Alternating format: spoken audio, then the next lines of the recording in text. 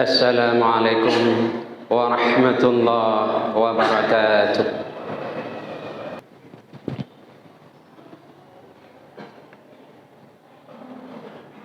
Alhamdulillahi rabbil alamin, wa bihi nasta'inu ala umuri dunya waddin. Ashhadu an la ilaha illallah wahdahu la syarika lah, wa ashhadu anna sayyidana wa nabiyyana Muhammadan abduhu wa rasuluhu la nabiyya ba'dah. Qala Allah subhanahu wa ta'ala fi kitabihil karim, a'udzu billahi minasy syaithanir rajim. Bismillahirrahmanirrahim.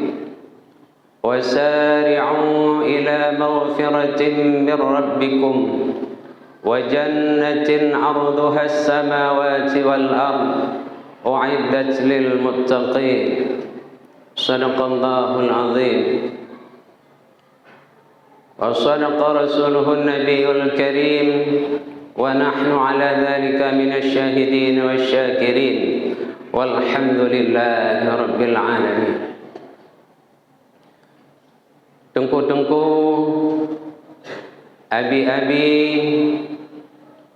pengurus masjid dan jamaah Jumat yang dirahmati Allah subhanahu wa ta'ala. Kita masih berada di tengah-tengah bulan yang penuh dengan berbagai peristiwa yang Allah turunkan ke permukaan bumi ini. Hendaknya lah setiap peristiwa-peristiwa tersebut menjadi pelajaran bagi kita umat Islam yang hidup di akhir zaman, untuk menuju kegemilangan, untuk menuju kemenangan, untuk mensyiarkan agama Allah subhanahu wa ta'ala, untuk meninggikan hukum-hukum Allah subhanahu wa ta'ala. Hendaknya lah untuk mencapai itu semua, marilah kita berhijrah. Dari dulu kita tidak open kepada agama, mari kita bersama-sama menanamkan di dalam jiwa kita. Mari bersama-sama kita mengayunkan langkah untuk saling peduli, saling memperhatikan tentang syariat Allah subhanahu wa ta'ala. Kita jangan mau lagi dibohongi oleh orang yang benci kepada agama Allah subhanahu wa ta'ala. Puluhan tahun, ratusan tahun di dalam jiwa umat manusia, di dalam jiwa umat Islam, khususnya umat Islam yang ada di Provinsi Aceh, apa yang telah ditanamkan oleh Sunok Hugronyo dulu, yang merubah namanya menjadi Abdul Ghafur. Dia pergi belajar ke negeri Mesir.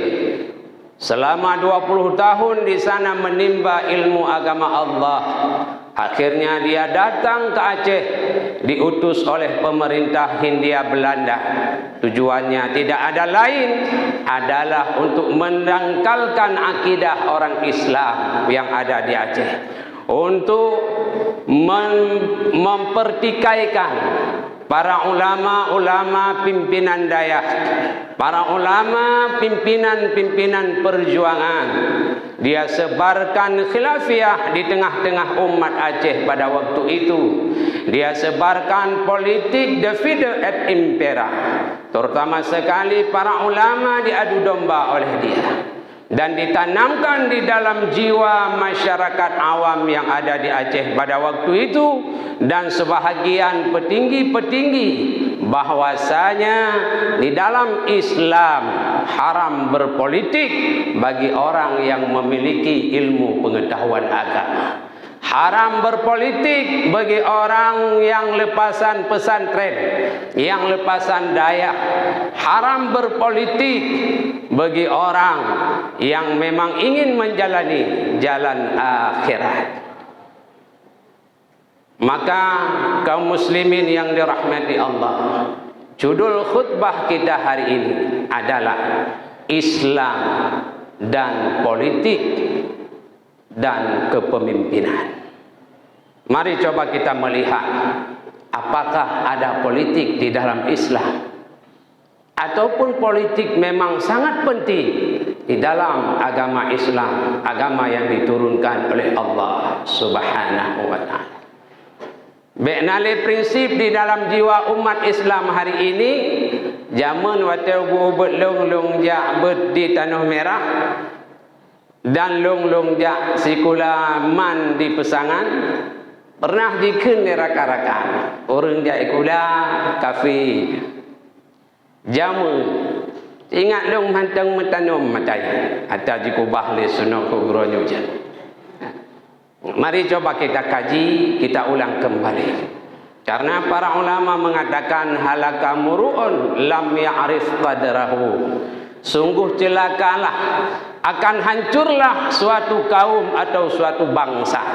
Yang kaum itu, yang bangsa itu, mereka tidak mengenal sejarah mereka sendiri. Tahun 1800 sebelum Romawi, yang hari ini disebut dengan sebelum Masehi, tapi yang betul sebutannya adalah sebelum Romawi. Tidak ada nama Masehi. Nama Masehi itu hanya hasil pembohongan daripada kafir-kafir, terutama sekali yaitu Raja Kristen pada waktu itu mempropaganda dihilangkannya nama Romawi, diganti dengan nama Masehi.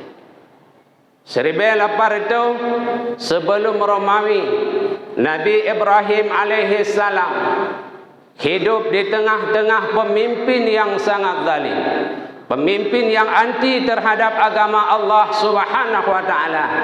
Namrud beserta bala tentaranya, mereka terus mengejar dan mengepung, bahkan mengintimidasi seluruh pengikut Nabi Allah Ibrahim alaihissalam. Dan Ibrahim alaihissalam sendiri hidup di dalam tekanan, hidup di dalam ancaman pembunuhan oleh pengikut-pengikut Namrud pada waktu itu. Kenapa? Karena Ibrahim datang membawa Islam. Ibrahim datang membawa agama yang baru menurut mereka. Mereka merasa terancam kehidupan mereka dengan agama yang dibawa oleh Nabiullah Ibrahim. Singkat cerita, Ibrahim dengan Islamnya, Islam tidak mampu tersebar pada waktu itu. Islam tidak menduduki puncak keemasannya dikarenakan kekuasaan, dikarenakan kepemimpinan, dikarenakan politik berada di dalam kekuasaan Namrud, orang yang benci, pemimpin yang zalim terhadap agama Allah Subhanahu wa taala. Setelah Nabi Allah Ibrahim tahun 1500 sebelum Romawi, Nabi Musa alaihi salam juga tidak jauh berbeda kehidupan beliau dan pengikutnya seperti kehidupan Nabi Allah Ibrahim dan pengikut-pengikut daripada Nabi Allah Ibrahim. Nabi Musa dan pengikutnya pada waktu itu diincar dan dicari oleh Fir'aun laknatillah. Dia membuat razia di setiap persimpangan, di seluruh jalan dia membuat razia untuk mencari wanita-wanita yang hamil agar dibawa ke istana. Tatkala selesai kehamilannya nanti, anak yang dilahirkan semua akan dibunuh, karena Namrud Fir'aun bermimpi bahwasanya suatu saat akan ada bayi yang lahir yang akan merebut tahtanya, yang akan merebut mahkotanya, sehingga dia merasa terancam, merasa takut. Dan ketika Musa besar dan membawa itu agama Allah Subhanahu wa taala, maka tidak diberi kebebasan tidak diberi keleluasaan kepada Musa dan pengikutnya. Mereka terus dikejar oleh pasukan-pasukan Fir'aun laknatillah. Musa tidak aman, pengikutnya tidak tentram di dalam menjalani ibadah kepada Allah Subhanahu wa taala. Akhirnya Musa beserta 600.000 orang pengikutnya melarikan diri, menyeberangi, hijrah dari kejaran-kejaran tentara Fir'aun. Dia menyeberangi sungai Nil menuju Palestina. Keberhasilan beliau menyeberangi tersebut, namun apalah daya, di tengah-tengah perjalanan antara Mesir dan Madinah dan Palestina, Nabi Musa alaihi salam, Nabi Musa kalamullah, kembali menghadap Allah Subhanahu wa taala, yakni di Gurun Sinai. Dan perjalanan pengikutnya itu dilanjutkan oleh sahabatnya, yakni Yunus bin Nun. Dia melanjutkan perjalanan itu untuk membawa pengikut-pengikut Nabi Musa kalamullah. Ternyata Musa pun tidak berhasil menyebarkan Islam di seluruh pelosok negeri pada waktu itu. Kenapa? Karena politik kepemimpinan berada di tangan Fir'aun laknatillah, kafir yang sangat benci terhadap agama Allah Subhanahu wa taala. Bahkan dia tidak mengakui Tuhan yang lain, hanya dialah seorang Tuhan di permukaan bumi pada waktu itu. Itulah Fir'aun laknatillah.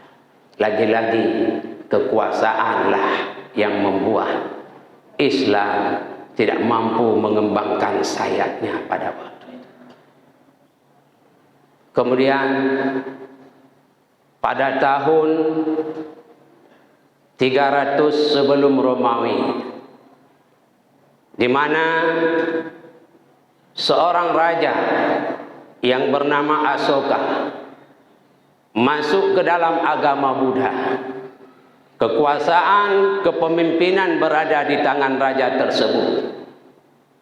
Agama Buddha yang dulu teraniaya, terzalimi, tapi ketika kepemimpinan berada di seorang pemimpin yang memeluk agama Buddha itu, akhirnya agama Buddha tersebar dari India sampai dengan ke daratan Cina, sampai ke Vietnam, bahkan sampai ke kerajaan Pajajaran pada waktu itu. Agama itu terus tersebar, dan agama itu pun hidup sampai saat sekarang ini. Kenapa? Karena kekuasaan, karena ada pemimpin yang memeluk agama itu, ada pemimpin yang mendukung agama itu tersebar ke seluruh penjuru dunia. Maka agama Buddha pun tersebar ke seluruh penjuru dunia, dan sampai saat ini agama itu masih ada. Uyub Nyalam tahun 324 sebelum Romawi, tatkala kerajaan Konstantinopel diperintahkan oleh seorang raja yang bernama Konstantin yang memeluk agama Kristen pada waktu itu. Tatkala Raja Konstantin memerintah Konstantinopel, maka seluruh Eropa, bahkan sampai ke Asia Tenggara, agama Kristen tersebar dengan luas. Agama Kristen tersebar tanpa ada tantangan dan rintangan. Kenapa?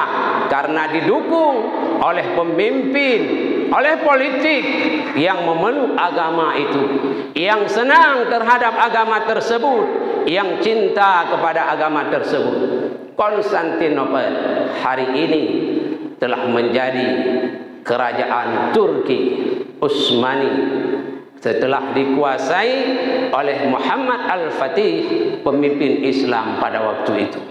Hanale nan Konstantinopel, tapi hari ini yang ada namanya adalah Turki.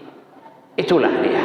Di sanalah dulu kerajaan yang menyebarkan agama Kristen. Tatun uyupnya long, singkat cerita karena waktu yang singkat, yaitu pada tahun 1 Romawi, Nabi Isa alaihi salam tidak mampu menyebarkan agama Islam dengan baik. Tidak ada keamanan, tidak ada kenyamanan. Dia terus dikejar-kejar oleh bangsa Romawi dan bangsa Yahudi. Dua bangsa yang di dalam sejarah tidak pernah berteman. Mereka selalu melakukan peperangan, bangsa Romawi dan bangsa Yahudi. Romawi yang menguasai Palestina pada waktu itu, tapi mereka hilangkan kebencian demi satu tujuan, yakni untuk menghancurkan Nabi Isa alaihi salam beserta para pengikutnya, untuk membuat Isa alaihi salam tidak mampu menyebarkan Islam di tengah-tengah negara yang mereka kuasai. Mereka mempersempit gerak-gerik daripada Islam, dilakukan intimidasi, dilakukan embargo, dilakukan penzaliman kepada pengikut-pengikut Isa alaihissalam. Ditangkap pengikut-pengikut mereka, ada yang dibunuh agar Islam itu tidak tersebar. Lagi-lagi kekuasaan membuktikan, politik membuktikan bahwa agama akan tersebar ke permukaan dunia ini apabila didukung oleh kepemimpinan, apabila didukung oleh politik. Sedih kehidupan Nabi Isa alaihissalam. Beberapa tahun setelah Isa tidak ada, mereka mengakui bahwa menyalib Isa dan membunuhnya. Allah mengatakan di dalam Al-Quran, wala qataluhum, mereka tidak berhasil membunuh Isa alaihissalam. Wala salabuhum, dan mereka tidak berhasil mensalib Isa alaihissalam. Walakin syubbiha lahum, dan yang mereka salib, yang mereka bunuh itu adalah orang yang diserupakan oleh Allah subhanahu wa ta'ala dengan Isa. Bal rafa'ahu Allah, Allah mengangkat Isa ke hadiratnya pada waktu itu. Mereka tertipu dengan tipu daya Allah subhanahu wa ta'ala. Padahal yang mereka bunuh dan yang mereka salib itu adalah Yudas, murid daripada Nabi Isa alaihi salam, yang terpedaya dengan 300 keping emas, sehingga dia menunjukkan di mana persembunyian Nabi Isa dan para pengikutnya pada waktu itu. Akhirnya dia sendiri yang terbunuh atas kuasa Allah subhanahu wa ta'ala. Kesunyian, tidak adanya Rasul pada waktu itu. Agama-agama berbagai model muncul di tengah-tengah manusia. Pada tahun 571 Masehi, bertepatan dengan tanggal 12 Rabiul Awal tahun Gajah, Allah mengutus dari seorang perempuan yang sangat suci, dari seorang ayah yang sangat suci. Lahirlah dari rahim Aminah seorang anak yang sangat tampan, seorang anak yang sangat gagah, yang diberi nama oleh neneknya Muhammad sallallahu alaihi wasallam. 40 tahun Rasulullah hidup di tengah-tengah kaum kafir Quraisy. Dia disanjung-sanjung, dia diagung-agung, bahkan diberi gelar dengan Al-Amin, orang yang terpercaya. Tetapi memasuki 13 tahun setelah itu, tatkala Rasulullah menerima wahyu daripada Allah subhanahu wa ta'ala, maka 13 tahun di Mekah dia menyebarkan dakwahnya, tapi tidak ada ruang baginya. Dia terus diintimidasi oleh Abu Jahal, Abu Lahab, Abu Sufyan, dan petinggi-petinggi kafir Quraisy pada waktu itu. Dia tidak bisa bergerak, dia diancam, dia dibunuh. Tidak pernah terdengar orang yang membaca Al-Quran di negeri Mekah pada waktu itu. Karena barang siapa yang membaca Al-Quran, dia akan ditangkap oleh Abu Jahal dan dia akan dibunuh. Barang siapa yang mendirikan salat, maka dia akan ditangkap dan dibunuh oleh Abu Jahal, Abu Lahab, dan Abu Sufyan.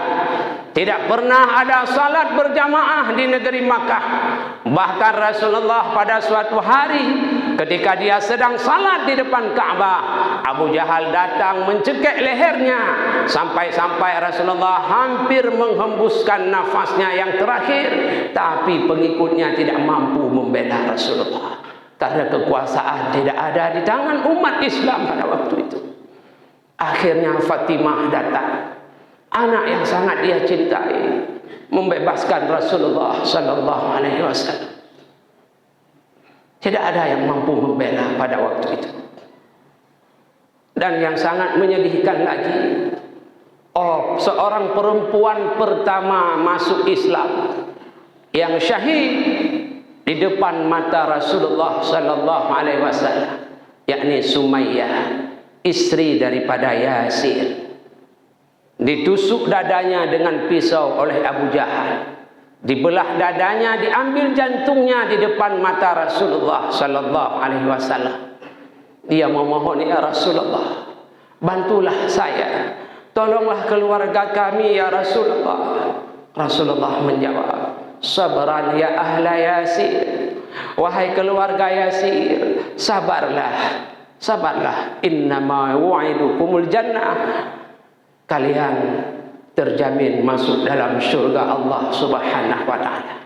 Saya tidak ada kuasa untuk membela kalian, saya tidak ada kekuatan, maka bersabarlah terhadap Allah subhanahu wa ta'ala, kalian akan menempatkan surga. Syahid di depan mata Rasulullah. Sambil menangis Rasulullah melangkahkan kakinya. Ada sekelumit harapan daripada Rasulullah. Dia pergi ke negeri Taif, lebih kurang 100 km daripada Mekah. Harapan Rasulullah di sana dakwahnya akan diterima oleh masyarakat Taif.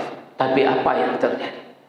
Ketika sampai ke Taif, Rasulullah menyampaikan dakwahnya, yang dia peroleh adalah lemparan batu, lemparan tulang-tulang unta, lemparan dahan-dahan kayu yang membuat pelipisnya mengeluarkan darah, yang membuat tumit kakinya berhamburan darah. Akhirnya dia lari bersembunyi di belakang bukit. Jibril datang mengatakan, Muhammad, jika hari ini darah dari lututmu, darah yang berada di tumitmu tumpah ke bumi Allah subhanahu wa ta'ala, maka akan aku ratakan penduduk Taif itu dari tanah Allah subhanahu wa ta'ala. Tapi apa yang dilakukan oleh Rasulullah? Dia menyapu darah itu agar tidak tertumpah ke bumi Allah subhanahu wa ta'ala. Sambil dia mengadu kepada Allah, ya Allah, aku hambamu yang lemah, aku hambamu yang tidak ada kesanggupan ya Allah. Hari ini aku terhina di tengah-tengah manusia. Ketika itu malakul jabal turun menghadap Rasulullah sallallahu alaihi wasallam. Dia berkata, Muhammad, tunjukkan kepadaku di antara dua bukit yang paling besar di negeri Mekah ini, agar aku ambil, aku cabut bukit itu, aku timpakan pada penduduk-penduduk Taif yang mereka itu tidak mau berterima kasih kepadamu, mereka menolak dakwahmu Muhammad. Maka tunjukkan kepadaku bukit yang mana, agar bukit itu aku cabut, aku timpakan kepada penduduk Taif. Maka Rasulullah menjawab, jangan malaikat.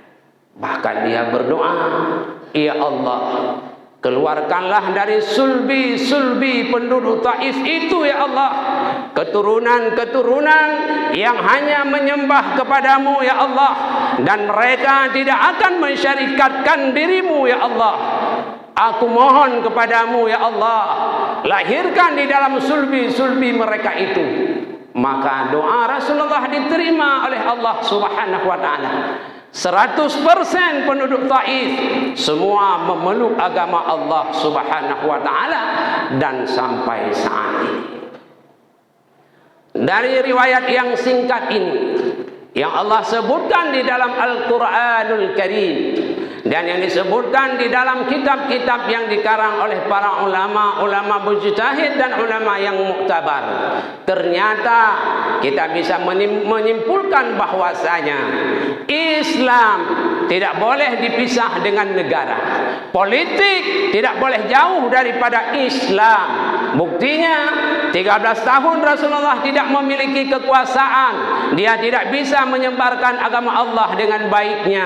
Tapi 10 tahun kemudian ketika beliau berhijrah ke Madinah pada tanggal 27 Safar sampai ke Madinah pada tanggal 12 Rabiul Awal tahun ke-13 kenabian beliau. Di sana dia memiliki kekuasaan. Politik berada di dalam genggaman ya Rasulullah sallallahu alaihi wasallam. Negeri Madinah dipimpin oleh Rasulullah sallallahu alaihi wasallam. Dia bentuk para sahabatnya. Dia ajarkan bagaimana ekonomi umat Islam kuat. Dia ajarkan bagaimana politik Islam itu kuat. Dia ajarkan bagaimana pendidikan Islam itu kuat hingga Islam bisa berkembang. Islam bisa meraih kemenangan. Islam bisa menjulang menguasai dunia Allah Subhanahu wa taala. Pada waktu itulah Islam berkembang. Negeri Arab yang tidak ada apa-apanya di mata orang Romawi dan orang Persia. Negeri Arab yang tidak memiliki peradaban. Pada itu Rasulullah telah menguasai negeri Madinah. Ketika beliau menjadi pemimpin, Islam berhasil tersebar ke seluruh penjuru dunia. Yang diteruskan juga oleh para sahabatnya Rasulullah. Negeri Arab menjadi negeri yang berperadaban yang tinggi. Negeri Arab menjadi negeri yang disegani, yang ditakuti oleh musuh-musuhnya dan disegani oleh lawan-lawannya. Dengan politiklah Rasulullah berhasil menyebarkan agama Allah Subhanahu wa taala. Dengan politiklah Rasulullah berhasil membangkitkan perekonomian para sahabat dan umat Islam pada waktu itu. Dan dengan pendidikanlah Rasulullah berhasil mengayomi seluruh negara-negara yang berada di bawah kekuasaan Rasulullah sallallahu alaihi wasallam. Maka marilah kita bangkit untuk menjaga pendidikan, untuk mengembangkan pendidikan sebagaimana yang telah dilakukan oleh Rasulullah sallallahu alaihi wasallam. Umat Islam ekonominya hari ini harus bangkit, politiknya pun harus berada di atas segala umat-umat yang lain. Baru Islam itu akan jaya kembali. Baru Islam itu akan memegang kekuasaan di atas permukaan yang fana ini. Tanpa itu maka kita tidak akan berhasil. Al-mu'minul qawi, kata Rasulullah, mukmin yang kuat, kuat ekonominya, kuat politiknya, kuat pendidikannya, khairun wa ahabbu ilallah. Itulah mukmin yang terbaik dan paling dicintai oleh Allah Subhanahu wa taala minal mu'minil dhaif, daripada mukmin yang lemah ekonomi, lemah politik, lemah pendidikannya karena ditipu oleh orang-orang yang tidak senang terhadap Islam, karena diadu domba oleh orang-orang yang benci terhadap agama Allah Subhanahu wa taala. Mengingat waktu yang singkat, hanya ini yang dapat khatib sampaikan. Semoga bermanfaat bagi kita semua. Di mana ada kekurangan, khatib memohon maaf atas segala penyampaiannya tadi. Kita masuki dalam dua rukun al-khutbah. Di mana ada kesalahan, mohon diperbaiki agar salat Jumat kita sah diterima oleh Allah Subhanahu wa taala. Amin ya rabbal alamin. Alhamdulillahi rabbil alamin. Allahumma salli ala sayyidina Muhammad wa ala alihi wa sahbihi ajma'in. Ayyuhan nas, ittaqullaha haqqa tuqatih wa la tamutunna illa wa antum muslimun. Bismillahirrahmanirrahim. Qul huwallahu ahad, Allahus samad, lam yalid wa lam yulad wa lam yakul lahu kufuwan ahad. بارك الله لي ولكم في القرآن العظيم ونفعني وإياكم بما فيه من الآيات وذكر الحكيم وتقبل مني ومنكم تلاوته إنه هو الغفور الرحيم.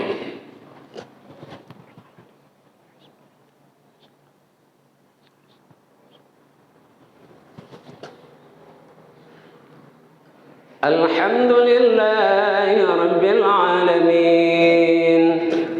اللهم صل على سيدنا محمد وعلى آله وصحبه أجمعين. عباد الله اتقوا الله حق تقاته ولا تموتن إلا وأنتم مسلمون. بسم الله الرحمن الرحيم. والعصر إن الإنسان لفي خسر إلا الذين آمنوا وعملوا الصالحات وتواصوا بالحق وتواصوا بالصبر. اللهم اغفر للمسلمين والمسلمات والمؤمنين والمؤمنات الأحياء منهم والأموات برحمتك يا أرحم الراحمين. اللهم انصرنا يا نصير فإنك خير الناصرين، وافتح لنا يا فتاح فإنك خير الفاتحين، وارحمنا يا رحمن فإنك خير الراحمين. واهدنا ونجنا من القوم الظالمين، واهدنا ونجنا من القوم المنافقين، واهدنا ونجنا من القوم الكافرين، إنك على كل شيء قدير. ربنا آتنا في الدنيا حسنة وفي الآخرة حسنة وقنا عذاب النار. عباد الله، ولذكر الله أكبر والله يعلم ما تصنعون. أقيموا الصلاة.